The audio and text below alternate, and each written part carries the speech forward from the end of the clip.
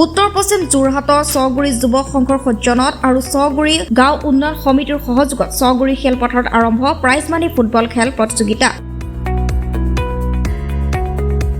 1972 চনৰ পৰা ধাৰাবাহিকভাৱে বৰ্তমান পৰ্যন্ত অনুষ্ঠিত হৈ আহিছে খেল।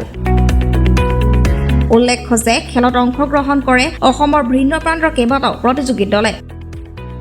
খেলৰ উদ্বোধনী অনুষ্ঠানৰ প্ৰথমবাৰৰ বাবে কলবাৰী FC বনাম চকলাটিং FCৰ মাজত অনুষ্ঠিত হয় খেল।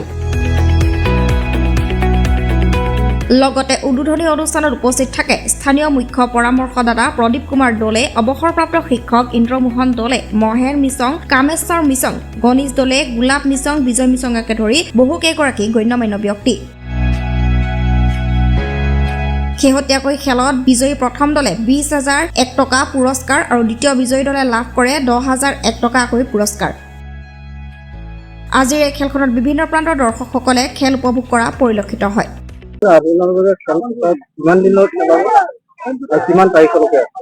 আমাৰ এই অনুষ্ঠানভাগি আজিৰ পৰা আমি আৰম্ভণি কৰিছো।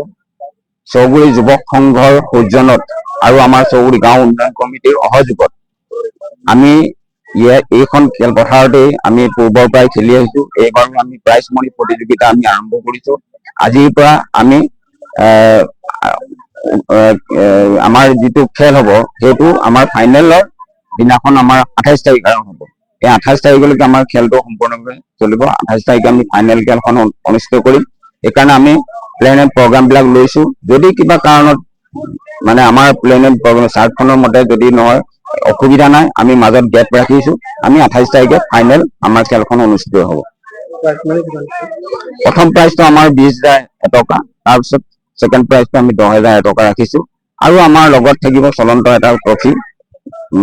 ট্ৰফিৰ লগতে আমি কিছুমান সৰু সৰু ট্ৰফি আমি বেটছমেন তেনেকে আমি ৰাখিছো। সেইখিনি আমি যিদিনাখন শেষ চূড়ান্ত ফাইনেল খেলখন অনুষ্ঠিত হ'ব, সেই অনুষ্ঠানত আমি সম্পূৰ্ণভাৱে খেলুৱৈসকলক আমি পুৰস্কাৰ বিতৰণ সভাতে আমি সম্পূৰ্ণকৈ দিয়াৰ ব্যৱস্থা আমি কৰিছো। যোৰহাটৰ পৰা বিমল দাসৰ প্ৰতিবেদন NE8 নিউজ।